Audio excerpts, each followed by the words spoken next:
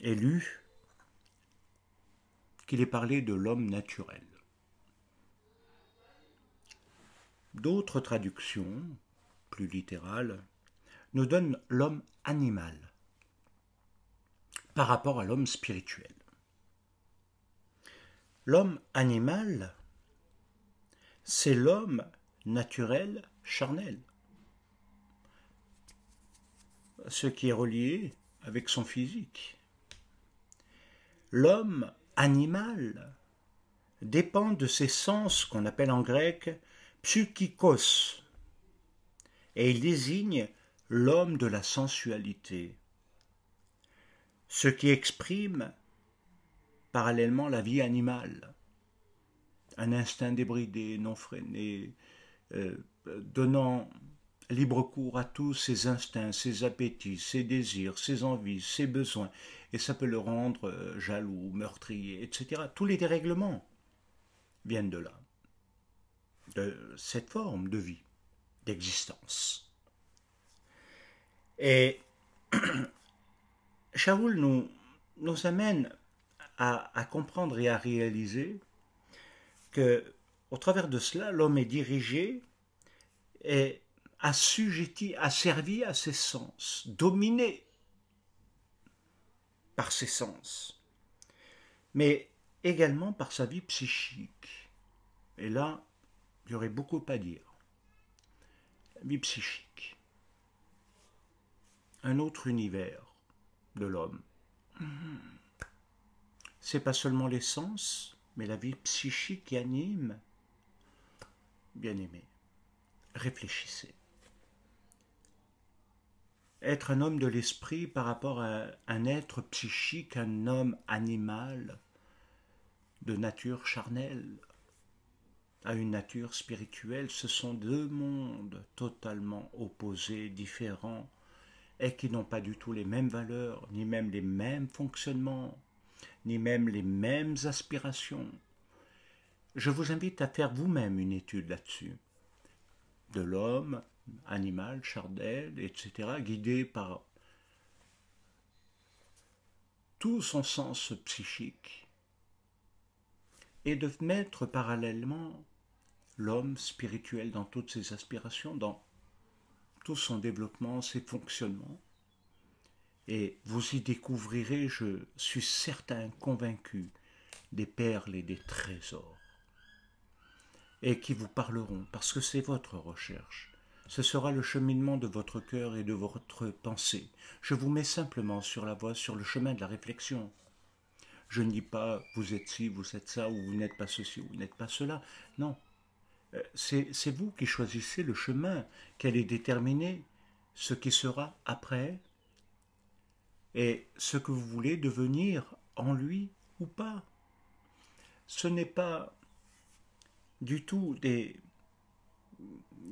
forces humaines qui doivent intervenir, mais elles doivent pouvoir vous amener dans ce chemin et à vous aider à choisir le bon chemin. Choisir le chemin de la vie. Et donc, l'homme peut être dans cette notion de psychikos, liée, assujettie à ses sens, à sa nature psychique et tout ce qu'elle régit. Alors ça veut dire parallèlement aussi que cette nature psychique, elle est liée à sa nefesh parce qu'elle est liée, tenue par la loi de la gravitation spirituelle du sol. De son niveau de la création, de son niveau de naissance de l'existence, tel qu'il a été conçu. C'est sa nature qu'on appelle, même en théologie, la nature adamique. La ressemblance à l'homme.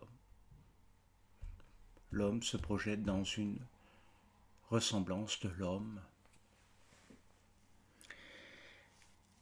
La particularité dans ce domaine, nous l'avons bel et bien lu, même s'il est sous-entendu parfois, c'est que le souffle divin, le souffle de vie, le souffle des vies, n'est pas. Il est coupé. Il est coupé de lui. C'est pourquoi l'homme va évoluer dans une vie charnelle et psychique, dominé par toutes sortes de choses qui sont également des souffrances profondes, parce qu'elles génèrent énormément de dysfonctionnements. Et même s'il voulait s'élever, il n'arrive pas à se libérer de cette nature, de cette force qui le tient, la force du mal, qui le tient captif, emprisonné. C'est pas qu'il ne voudrait pas, mais il ne peut pas. Et c'est pourquoi Shaoul de Tarse nous amène progressivement dans ce cheminement de comprendre que l'âme doit se libérer et faire cet effort, en quelque sorte, de transformation, mais qui ne peut pas s'accomplir par une force humaine, psychique, émanant de quelque force de la nature, mais qui vient du Messie, de la force et de la puissance de Mashiach, qui lui a le souffle de vie, l'esprit de résurrection, Yechida. Celui qui donne la vie. Et parce qu'il vient briser le pouvoir, la force de la mort, parce que la mort ne peut plus tenir emprisonné, alors la vie va s'exprimer. Bien-aimés, vous ne voyez pas que c'est extraordinaire ce que nous sommes en train de voir, d'étudier. Et pourtant, c'est qu'une introduction. Et je vous invite vraiment à lui, à aller plus loin, pardon. La vie adamique, la nature adamique, elle a un souffle coupé. Parce qu'elle reste que dans une dimension, elle ne reste que dans une dimension d'existence et de fonctionnement de vie. Alors, par moments, elle essaye de s'élever, mais vous avez dû remarquer que on revient vite aux premiers instants. On revient très vite à sa vieille nature, à ses vieilles habitudes, à ses vieilles réactions, au fonctionnement. C'est là le combat.